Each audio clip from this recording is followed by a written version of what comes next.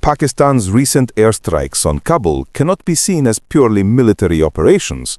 These attacks are part of a calculated strategy to portray Pakistan as a victim of terrorism and to rebuild its global image, a narrative Islamabad has crafted for decades through political propaganda and intelligence manipulation. By bombing targets in Kabul and eastern Afghanistan, Pakistan pretends that the threat originates from Afghan soil.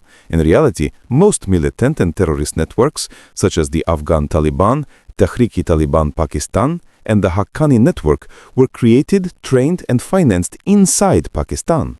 This dual strategy allows Pakistan to produce terrorism and simultaneously claim to suffer from it. Since the Taliban's return to power, Pakistan has sought to maintain influence over Kabul's political structure. The Inter-Services Intelligence (ISI) exerts direct control over senior Taliban leaders through political and economic pressure. These airstrikes are not aimed at eliminating terrorism, but rather at reinforcing Pakistan's global image as a victim of it. The roots of this behavior lie in a long history of mistrust between the two neighbors. Since the drawing of the Durand Line in the 18th century, relations between Kabul and Pakistan have been defined by competition and suspicion. No Afghan government has ever recognized the Durand Line as a legitimate border, making it a constant source of political and psychological division between the two nations. Since its formation in 1947, Pakistan has used ethnic and religious divisions to prevent the emergence of a strong, independent Afghan state.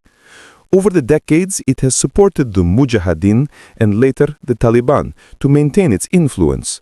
Today, the same policy continues under new forms: military intervention, media manipulation, and the rhetoric of being a victim of terrorism. Pashtunistan, the legacy of an unfinished conflict.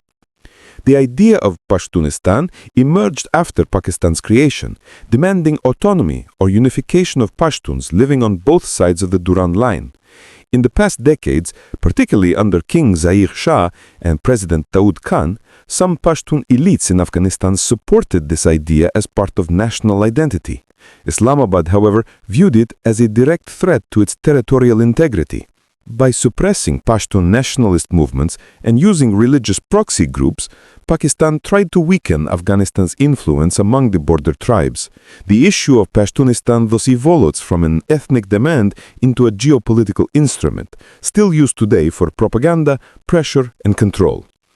Islamabad now uses the name and identity of Pashtuns to justify interference in Afghanistan, while Afghanistan shares deep historical and cultural bonds with Pashtuns across the border. Pashtunistan is no longer a true national aspiration, but a symbol of historical mistrust and geopolitical rivalry between Kabul and Islamabad. Conclusion: Afghan-Pakistan relations have always been shaped by distrust and rivalry. The Durand Line is not just a geographical border, but a political and psychological divide that has never been resolved. Since 1947, Pakistan has followed the doctrine of strategic depth to keep Afghanistan within its orbit and prevent the rise of an independent Afghan state.